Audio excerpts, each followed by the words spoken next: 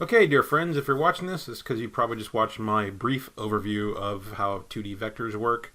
So these are some IB problems that have appeared on papers, and we're just going to go over them. This is going to be your guided practice. This is going to be just two-dimensional vectors for now, and we'll move on to three-dimensional vectors, which are a little more complicated, but kind of show you how that works. All right, I'll try to show you as much as I can. We're only going to do vectors this week, and then we're just going to start your final review. So there's some stuff we kind of left out throughout the year, just a couple weeks worth of things, honestly, but we're just going to have to incorporate that into the review, and you're just going to have to pick it up as we go, because circumstances being what they are, obviously. But anyway, just follow along with this, and hopefully you'll probably understand. And if not, please send me messages on Canvas, or we can even probably do a video conference or something. That actually can be done if you have the audio equipment at your house. Okay, so that can probably be arranged, but if not, just send me a message and I'll try to answer whatever questions you have. Just please don't not do anything and just say, hey, I don't understand it, and leave it at that. Don't do that. Okay, so here we go. We have a rectangle here and has a midpoint AB. Okay, so O is the midpoint of AB, as we can see right here. Okay, then when you express each of the following vectors in terms of OC and OD. So actually I should get that down here. OC, this guy right here, OC, is this right here, okay? So we have a vector going from O to C. I can't really draw that very well. Actually, let's erase that because that looks pretty horrible. And we'll try that again. There's a delay here on my pen here, so it says try OC.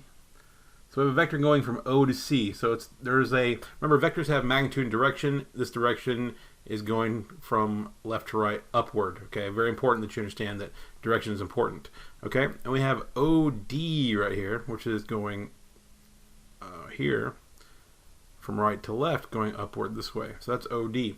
So what we're going to do is we're going to combine these two vectors in different ways, adding and subtracting them to recreate CD. Okay, now CD, as I can tell here, is actually a vector going to the left, pointing to the left from C to D. So we have to represent that by adding or subtracting the red and the blue here. Okay, so here's what's going to happen. Let's do OD minus OC. That's really going to be the answer, okay? But let me show you why. So if I have OD, which is this guy, okay, I'm going to add to it. I'm going to add the negative of OC. So what this means is what I have here is I have OD plus the negative of OC, okay? So I'm adding the negative of OC. Now OC is this red vector. If I add the negative to that, so you add vectors tip to tail if you watch my overview. So here's OD. So if I add OC, it would go this way. It would go this way. So it would be OC. It would be the same thing as this vector right here. But we're adding the negative of that. So it's actually going to go the other direction. It's going to go this way. Okay, we call this the negative of OC. Like that. Okay, because this OC goes this way, so the negative will go the opposite way. It points in the exact opposite direction, 180 degrees the other way. Okay. So what happens here is if I add the blue, OD, to negative of OC, I'll get a resultant vector from where this started to where the two end, and this is what I get. But this vector right here in purple, is actually the same as this vector here in green. It's the same as CD. So for that reason, okay, since these vectors are the same, it doesn't really matter where they are located, as long as they're pointing in the same direction and they're the same length. That's what makes them the same vector. It doesn't matter where they start. It doesn't matter if it starts here or here. These vectors are identical. Okay. So what I'm going to tell you then is this answer is actually OD minus OC. Or if you want, you can also write it as OD plus the negative of OC. These are actually the same thing. Okay. These are equivalent, but this is your answer to this question.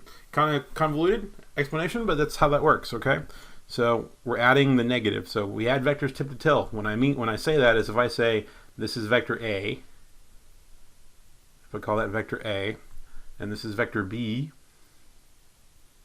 which goes like this, then vector C would be the resultant. We would say vector C would be this, okay? This would be vector C. We would say that vector C is equal to A plus B. That's how we do it.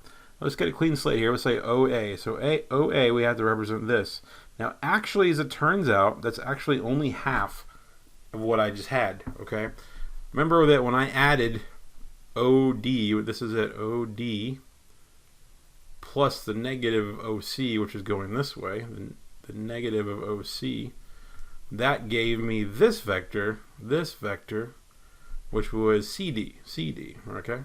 Now, we can see here, though, that CD, though, will actually be, since this is a rectangle, will actually only be half of that. OA will actually only be half of CD. So, here's the deal, then. This is going to be 1/2 of CD. And the thing, though, is that CD is actually equal to this. So, this is actually 1/2 of OD minus OC, the vector. We write it like this, okay? So, remember, this is where the vector begins and where it ends. When I say OD, it starts at O and ends at D, pointing in that direction. So if I could distribute this half in here, I could say this is 1/2 OD, if I want, minus 1/2 OC. This would be fine, okay? These questions are not supposed to take very long. You're supposed to know exactly what to do and get through them within a matter of seconds. It's not supposed to take very long, okay? The problem is if it's taking a long time, it's because you don't understand it. That's what happens. And it's really critical that you understand things, okay? All right, AD, last one here, AD. So let's figure out where that's going. AD is going straight up. Look at that, AD, like that, straight up. Okay, so I can actually see what I want to do here. We have to write everything in terms of OC and OD. So let's take a look at what I'm going to think of here. Remember that if I add OC, here's OC, remember this part right here. If I add it to OD, remember, OD is what? OD is this. Oops, let's change the color. I want it to go green. OD is this. So if I say, we're going to add this vector to the end of this. We're going to say, this is the same vector. I'm adding this vector. I'm adding this plus this right here. This vector is the same as that one I'm showing you. So this is the same thing as OD. All right, does it make sense? OD. These are both the same. But when I add OC plus OD, you have to add them tip to tail. So OC goes first, and then we add on the end of that one OD, which is this guy. Now, if I add them together, the resultant vector is this. It starts from where it begins and ends where the whole thing ends.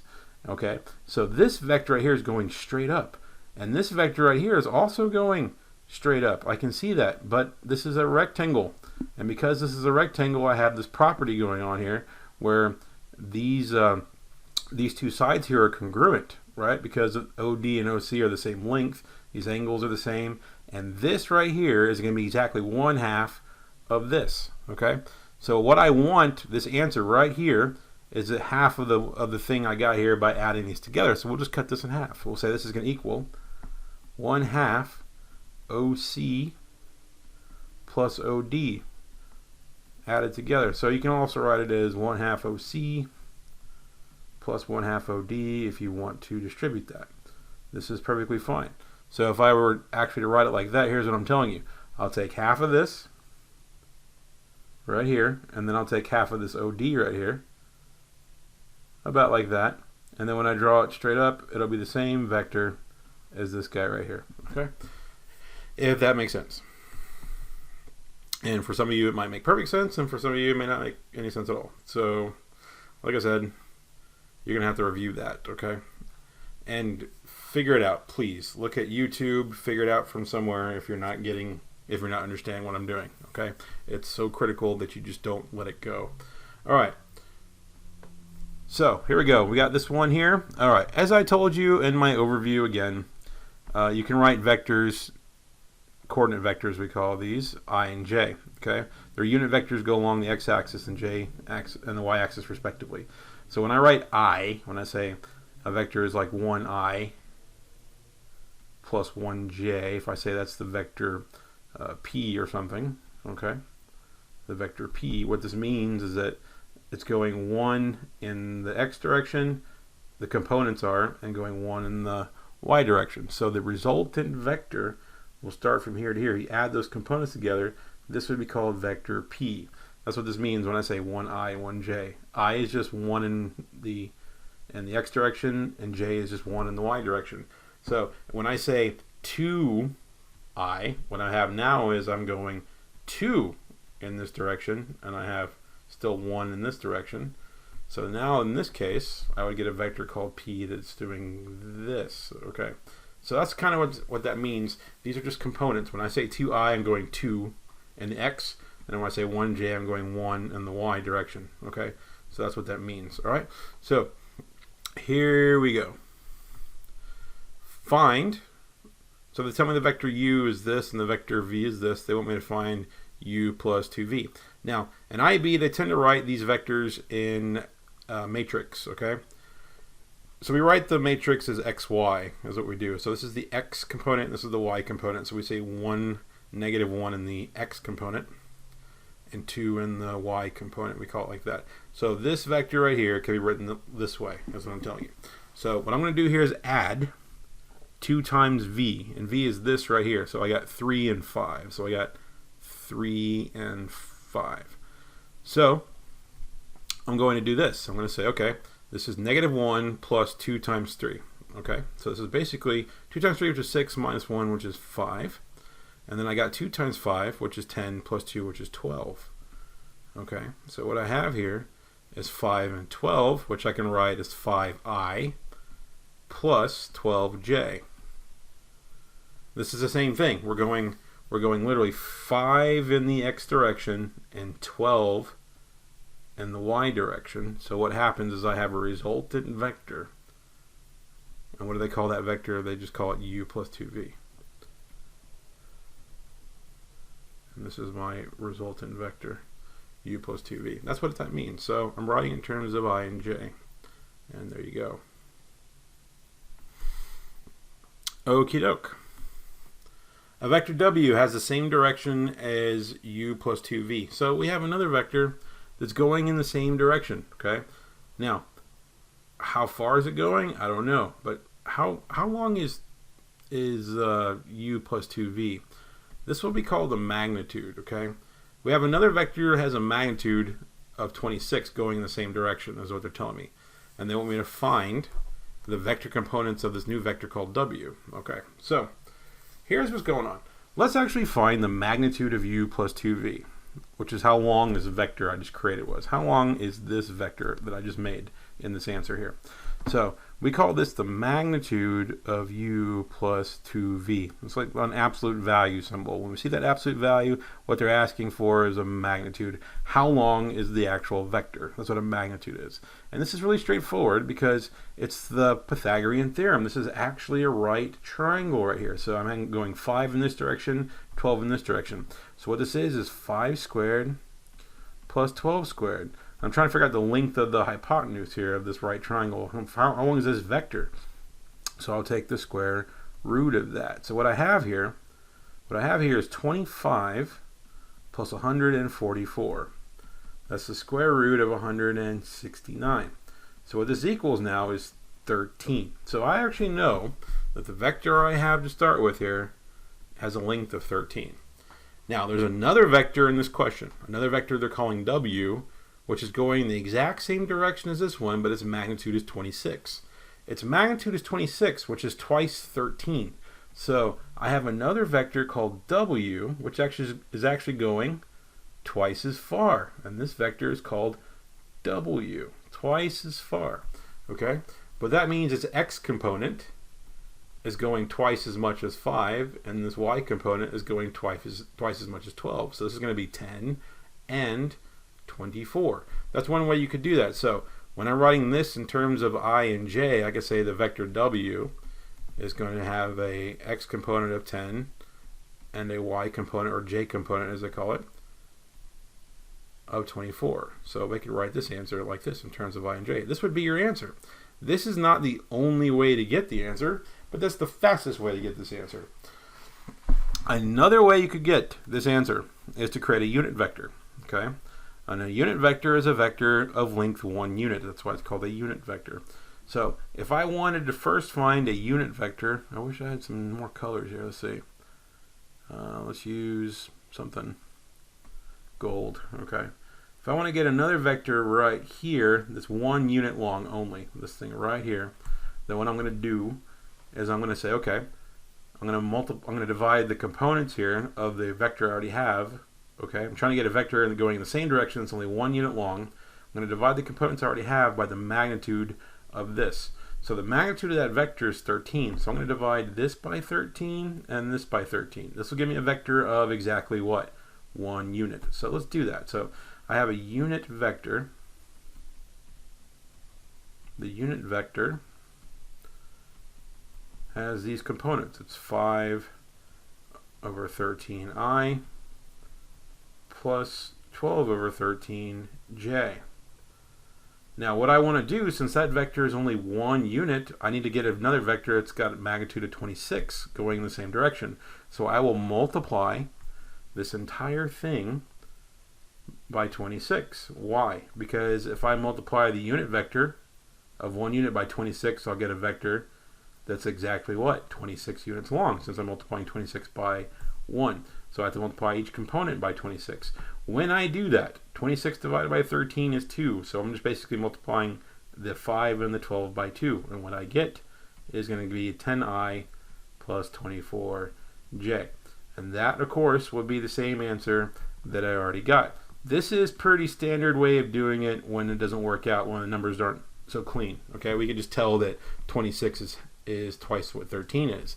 That's what the IB examiners are expecting you to see. But if you don't know that, or if you get some sort of crazy numbers, then you have to use this little technique here and create a unit vector first. Okay, that was long-winded, but very important. All right, now we have the vectors u, v, and they're given by this. Okay, so let's write it in vector form. In matrix form. I'm going to call this 3 and 5, and then this is another vector here, which is going to be 1 and negative 2. Okay? Find scalars a and b such that this times this is equal to this. Okie doke. So if I have a times u plus v, so I got u and I'm adding it to v. So when we say u plus v, we're going to add the x's together and we're going to add the y components together. So 3 plus 1 is 4, and 5 plus negative 2 is 3. So this part right here is what I have here. Okay, this is what I have here.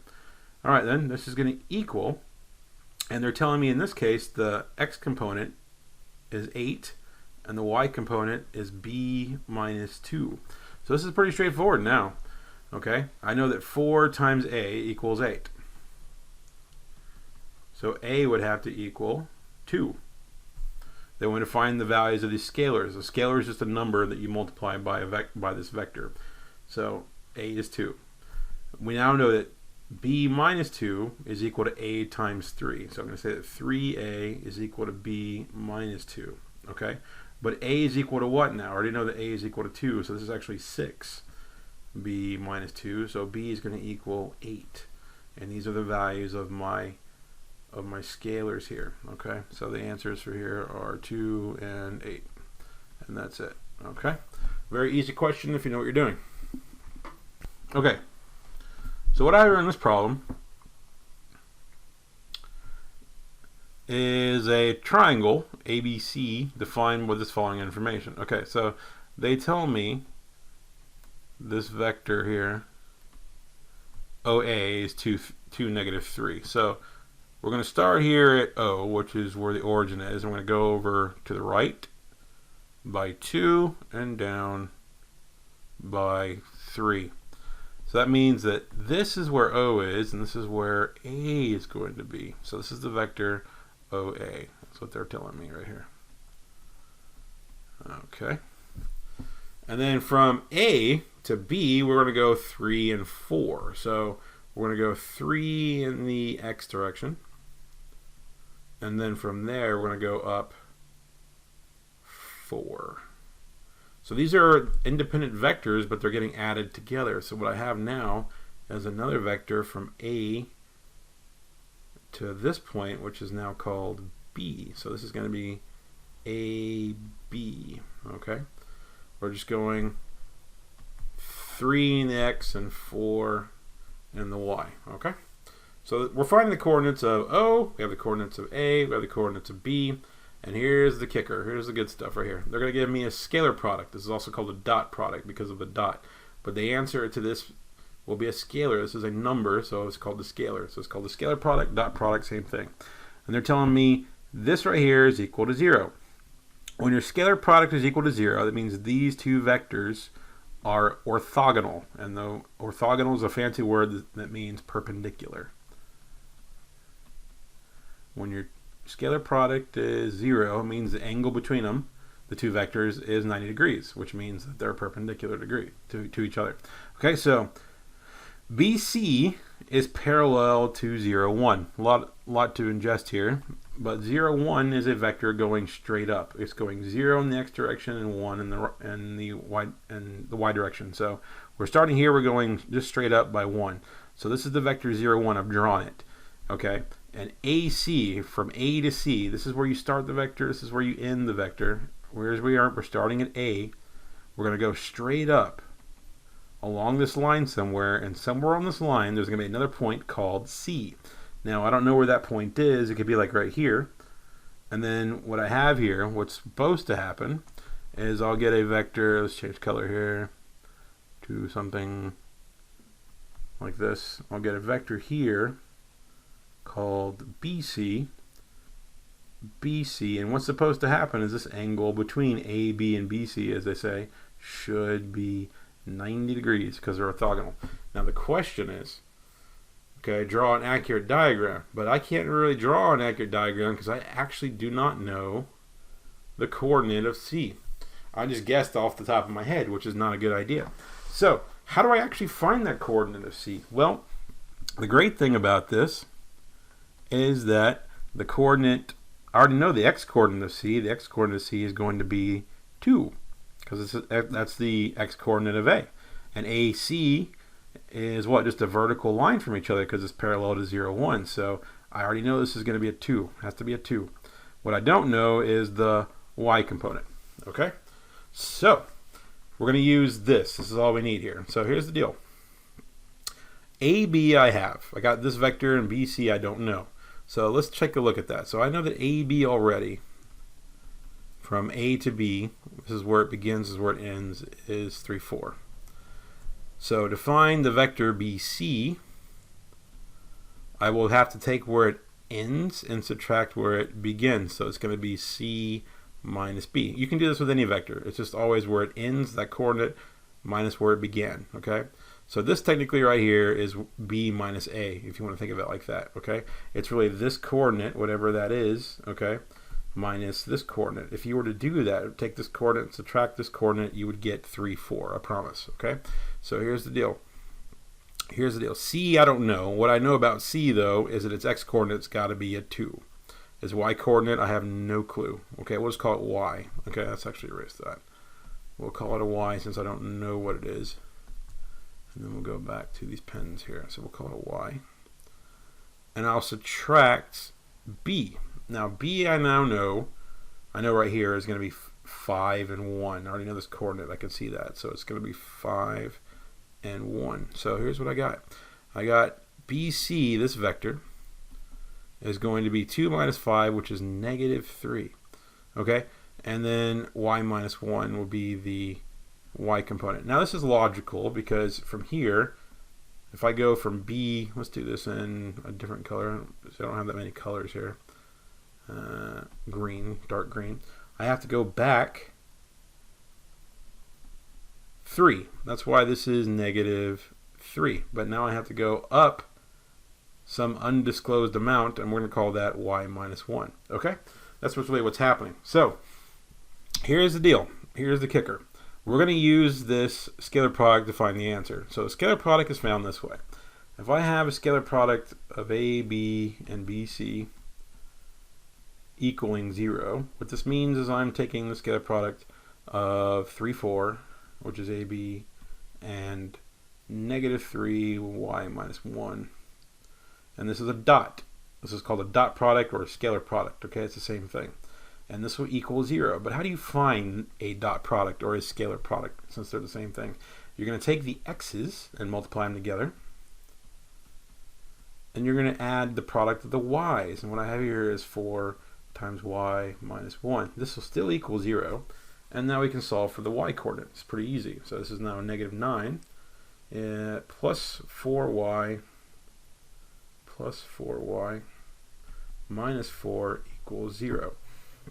That means that 4y will equal 13, and y is going to be 13 over 4. So 13 over 4 is actually like 3 1/4.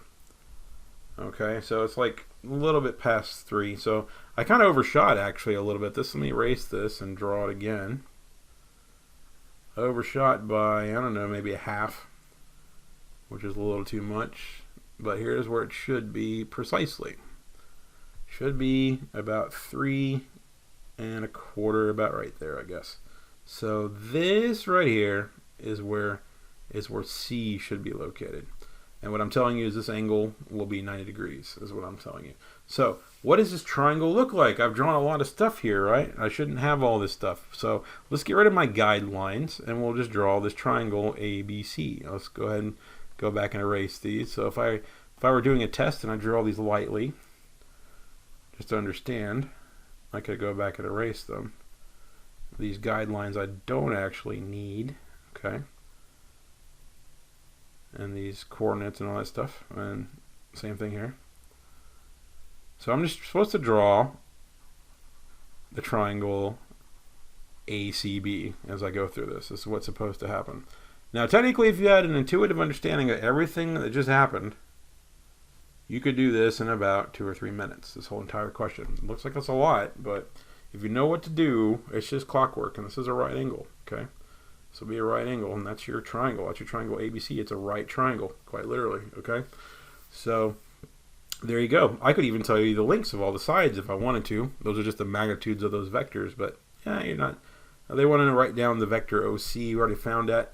So OC, remember, is this vector right here from O to C. All you have to know is the coordinate of C, okay? It's the same thing as C minus O, but remember O is always the origin, 0, 0, so it's just like saying what is C minus 0, 0, okay? But we already know what C is. We already found it. C is going to be 2, and then we have 13 over 4 is your y coordinate we already found. We're going to subtract 0, 0, which is pointless. So remember, when you have OC, it's just the same thing as C, and this will just be 2 and 13 over 4. Okay, you can write it like that, or you can write OC in I and J component form if you're one of those, and you can say this is like 2I plus 13 over 4 J. Okay, and I wouldn't write it as 3 1/4. I would write it as a top-heavy fraction, and that's your answer for OC. Okay, that's it. All right, then. Find the size of the angle. What do we use to find the size of the angle? We use scalar products, also called dot products. So we're going to use a scalar product. Why is it called a scalar product? The answer will be a scalar. It's literally a number, okay? The answer to a scalar product is literally a scalar, all right? Now, I also call it a dot product, so when you see this, don't get confused. They're not different. They're the same thing. Scalar product, dot product are the same thing. So, to find the angle between two vectors, okay? And this is critical you understand this. It's like when I have a vector like this, if I call this A and B, if you want. And let's say I have another vector, AC. It is critical when you find the angle between two vectors that the vectors are actually leaving the same point, okay? If they're not leaving the same point, the scalar product stuff will not work, okay? So make sure the vectors are leaving the same point, and that point is where your angle is situated, okay? Now, it's not terribly important most of the time here because I'll show you why in a second. If I have this vector 1, 2, let's actually draw this.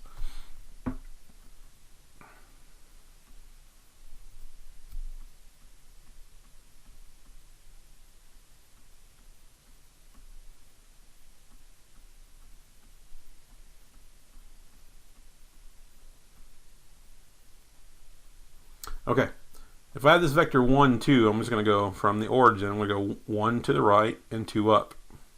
So this is the vector 1, 2.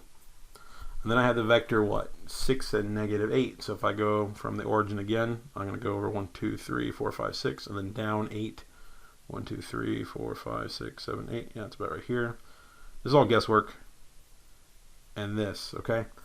We can assume that they're starting in the same point. Could you actually move this vector around? Yeah, but it's going to go in the same direction. It's going to be the same length. It doesn't matter where it starts. But we're going to say it starts at the same point. That's why it doesn't matter. We're always going to say they both start at the origin. Okay. And what they're asking me for in this question is, what is the size of this angle? That's the question. Okay. All right then. So if I have these two vectors, I just need to find the dot product between them. So here's the deal. You should really name the vectors. Okay. I don't care what you name them. You could call this vector u. You could call this vector v. It's pretty standard. Okay. What I'm going to find is the dot product or scalar product of u and v. And this will equal the magnitude of u, this is the tricky part, times the magnitude of v times the cosine of the angle between them. This is always true for a scalar product. This is the key to everything. Okay? So you really should memorize that, honestly. All right, so here's the deal. To find a dot product, this part's really easy. This is always going to equal a number. Okay? So what I have here is I have two x's, I'm going to multiply them together. So this dot product is going to equal 1 times 6. And then I say plus, and then the y's added, multiplied together. So 2 times negative 8. This part is called the scalar product. This will give you a number, which is called a scalar. This is going to be negative 16 plus 6, which will give you negative 10. So this right here is your scalar product. The answer is negative 10. Now what does this mean? Well, this is important. If your scalar product is equal to 0, the angle between them is 90. In other words, they're perpendicular. They're orthogonal is what we call that. If the scalar product is greater than 0 or positive, angle will be acute or less than 90. And the last thing that could happen is the dot product is less than 0 or negative, as we have in this case, and this angle would be obtuse. So what this means to me is that this angle here, whatever it is, just by getting this dot product alone, I know it's greater than 90 degrees. That's all that means, okay? But that's it's useful to know that, because it'll keep you honest when you work on these out. Okay, so how do you find these magnitudes of u and v? Well, the magnitude is pretty straightforward. And you can sometimes do these in your head. That's how easy they are. So the magnitude of u, we call this absolute value here, is the magnitude or the length of u. This is the length of this red vector. Is going to be, it's just a Pythagorean theorem. It's the square root of these components. Both of them squared added together. 1 squared plus 2 squared. So this will be the square root of 5. We'll find the magnitude of v. The magnitude of v, this other one. Same thing, square root. 6 squared plus negative 8 squared. That's going to be the square root of 100. So this is going to be 10. Okay, that's 64 and 36. So this right here will equal this times this, which will be now 10 times root 5, times the cosine of theta, the angle between them. So here's how we're going to do this. We're going to say that the cosine of theta is going to be negative 10 over 10 root 5. That's the same thing as negative 1 over root 5.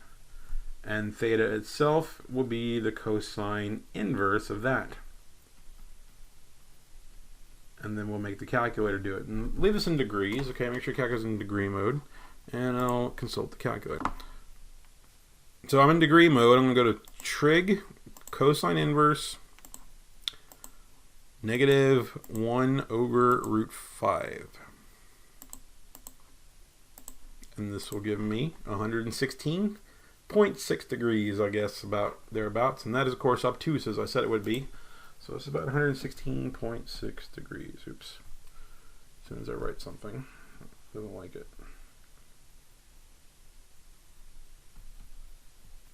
Lost my cursor, so I'm kind of guessing at this now. Alright, and that's my answer. Right there. Make it all big. Okay. Well done. Okay, let's go ahead and finish these last two then. Let's do number 7 here. Actually, am I skipping? I think I'm skipping number 6. Yeah, let's do number 6 right here. Okay, so Number 6 here, find the angle between the two vectors. Actually, I'm just going to insert a new page so I can do these questions, and maybe I can view a split screen. Try to do that. Okay, yeah, still like that then. So I'm going to do number 6 right up here then, so we can see what I'm doing. Alright, so number 6, find the angle between the following vectors A, B, and round your answer to the nearest degree. Fine. So I'm going to go ahead and write these. A is going to be, we call this vector A. I usually put a little vector symbol right there, a script above that. So this is negative 4i minus 2j, and then we got vector B here, which is I minus 7j. And how I usually like to write these instead is I will tend to write them like this in vertex matrix form, like this. This is just the same thing. Okay, so you guys can pretty much figure that out by now. This is going to be 1 and negative 7. Okay, so here's what I'm going to do to find a angle between them. I'm going to use a scalar product, also called a dot product. So I'm going to find the dot product of A and B, also called a scalar product because the answer is a number, which is a scalar. And that's going to equal the magnitude of A, the length of vector A, times the magnitude of B, times the cosine of the angle between them. This is always the case, okay? Whenever you're doing a dot product, the dot product is right here was always equal to this. So this is very useful. And here's what we're going to do. We're going to say, okay, well, to find the dot product, this bit right here, we're just going to take the x right here and multiply it by the x component for both vectors. So the x component for A is negative 4. We're going to multiply it by the x component for B, which is 1.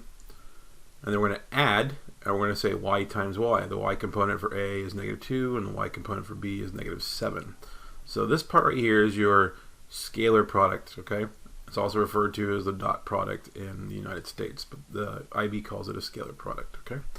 All right, so what do we have here? Let's go ahead and find these magnitudes. The magnitude of A and the magnitude of B are pretty straightforward.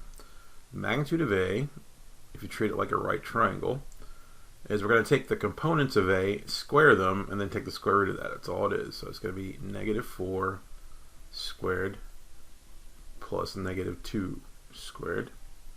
And the magnitude of B, same process. In this case, it will be 1 squared plus negative 7 squared, square root of that. Okay? So this is going to give me 4 and 16. Oops. So it's going to be the square root of 20. And this is going to give me 49 and 1. So this is going to be the square root of 50. Okay? So let's figure this out. So what I have here is I have negative 4 times 1, which is negative 4. It's like negative 4 plus 14 when I look at it. So it's going to be a 10. So I'm going to say that 10 will equal root 20 times root 50 times the cosine of theta. Now the great thing about this is once you find your dot product, since it's positive, I know the angle will be acute. If the dot product is 0, the angle is 90 degrees, and which means the two vectors are perpendicular or orthogonal is the same thing. And if this dot product is greater than 0, then I'm sorry, if it's less than 0, if it's negative, then the angle is obtuse in between the two vectors. So it's kind of, you know, a tip off of what you're going to see. So this is going to be some sort of acute angle, and here's how we're going to find the angle. We're just going to solve for cosine, which is 10 over root 20 times root 50, and then we will do the cosine inverse. So theta will equal the cosine inverse of that.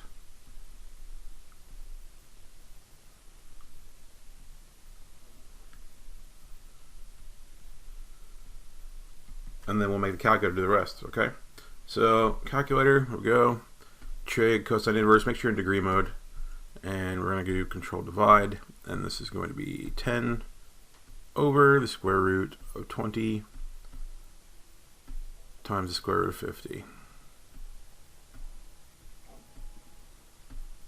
And this answer will be 71.6. We're going to round it. And we knew that was an acute angle anyway. So 71.6 degrees will be your answer. They want it to the nearest degree, actually. So the nearest degree would be 72 degrees. The answer, they want it into the nearest degree. I'm just following their instructions. Read carefully. They say nearest degree. Give them the answer in nearest degree. So this is going to be 72 degrees, okay? So there you go. We'll go with 72 though. Alright, so that's number 6. We're going to go back over here and look at number 7. So I'm going to change my view back to the single screen since I don't need a double screen anymore. And we will go back to this question. Okay. Number 7. Okay.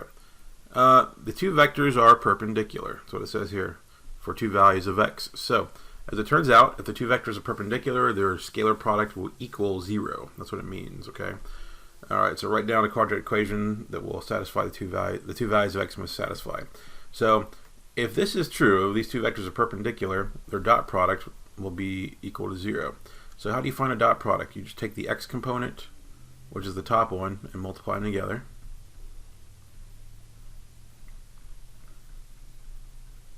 Add, and then we'll multiply the two y components together. So 2D vectors have an x component and a y component. 3D vectors have an x, y, and z component. So we'll have a third dimension, but we're not there yet. We're just 2 dimensions right now. This will equal 0 because these two vectors are perpendicular. This is the case. The scalar product will always equal 0 if they're perpendicular. So here's what we're going to say. We're going to multiply this out. So it's going to be 2x squared plus 2x. And then plus 5x minus 15. And then we will make a quadratic out of that. So the quadratic I'm going to get is going to be 2x squared plus 7x minus 15 equals 0. This is the quadratic that they're asking me for, okay? Write down a quadratic equation that the two vectors must satisfy. Voila, there it is. Find the two values of x. So we're going to have to solve this now. And we're going to use slide and divide technique like we always do. So I'm going to multiply the first coefficient by the last one, and then replace the first coefficient with a 1. So this is going to be x squared plus 7x minus 30 equals 0. And then what I'm going to do is find factors of negative 30 that add to make 7. Okay. Looks like this is going to be 10 and negative 3.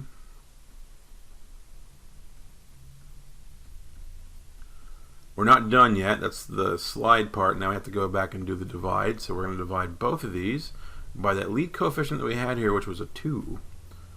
So here's what I actually get for my factors. My factors are going to be x plus 5. And the other one is going to be, you can write it as x minus 3 halves, or you can write it as 2x minus 3. It's the same thing. And then we will solve them. So my values for x will be negative 5 and 3 halves.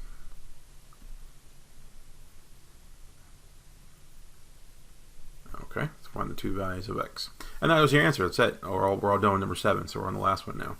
Okay, so let's just do number 8, and then we're done with this little guided practice. Hopefully it makes some sense to you, and we will just move on from there. Okay, consider the vectors here, c and d, and we'll just find the scalar product. Pretty easy. Okay, so we have vector c, which is I'm going to write it as 3 and 4 like this, and vector d, I'm going to write it as 5 and negative 12 like this.